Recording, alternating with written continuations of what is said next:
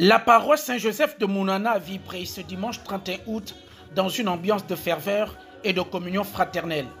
Un moment particulier pour les chrétiens venus nombreux adorer l'Éternel et rendre grâce après la célébration de la journée de la libération.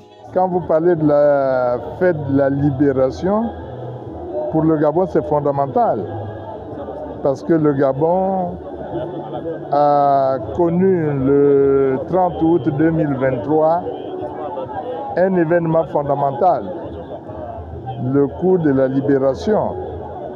C'est parce que le Gabon, il était complètement perdu. On ne savait plus exactement ce qui se passait dans ce pays et qu'est-ce qu'on y faisait.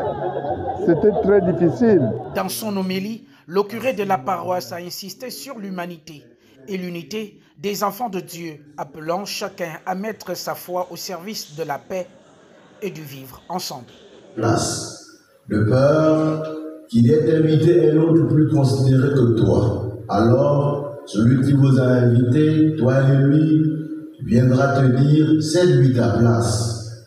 Et à ce moment, tu lui rappelles le bon de prendre la dernière place. Au contraire, quand tu es invité, va te mettre à la dernière place. Alors, quand viendra celui qui t'a invité, il te dira, mon ami, avance plus haut. Et ce sera pour toi un honneur aux yeux de tous ceux qui seront à table avec toi.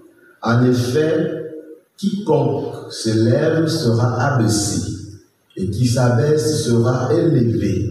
Jésus disait aussi à celui qui l'avait invité, quand tu donnes un déjeuner ou un dîner, n'invite pas tes amis, ni tes frères, ni tes parents, ni des riches voisins, sinon eux aussi te rendraient l'invitation, et ce serait pour toi un don en retour. Au contraire, quand tu donnes une réception, invite les pauvres, les estropiés, les boiteux, les aveugles. Heureux seras-tu parce qu'ils n'ont rien à te donner en retour. Cela te sera rendu à la résurrection des justes.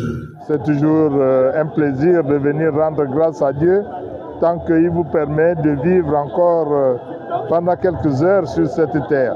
Et donc, je rends grâce à Dieu et c'est ce que j'ai fait dans mes prières, tout en priant aussi pour le Gabon et puis pour bien d'autres personnes. Cette célébration a également connu la présence d'acteurs politiques, dont le candidat aux élections législatives, Éric Gaël, entouré de son équipe ainsi que des membres de la liste pour les locales.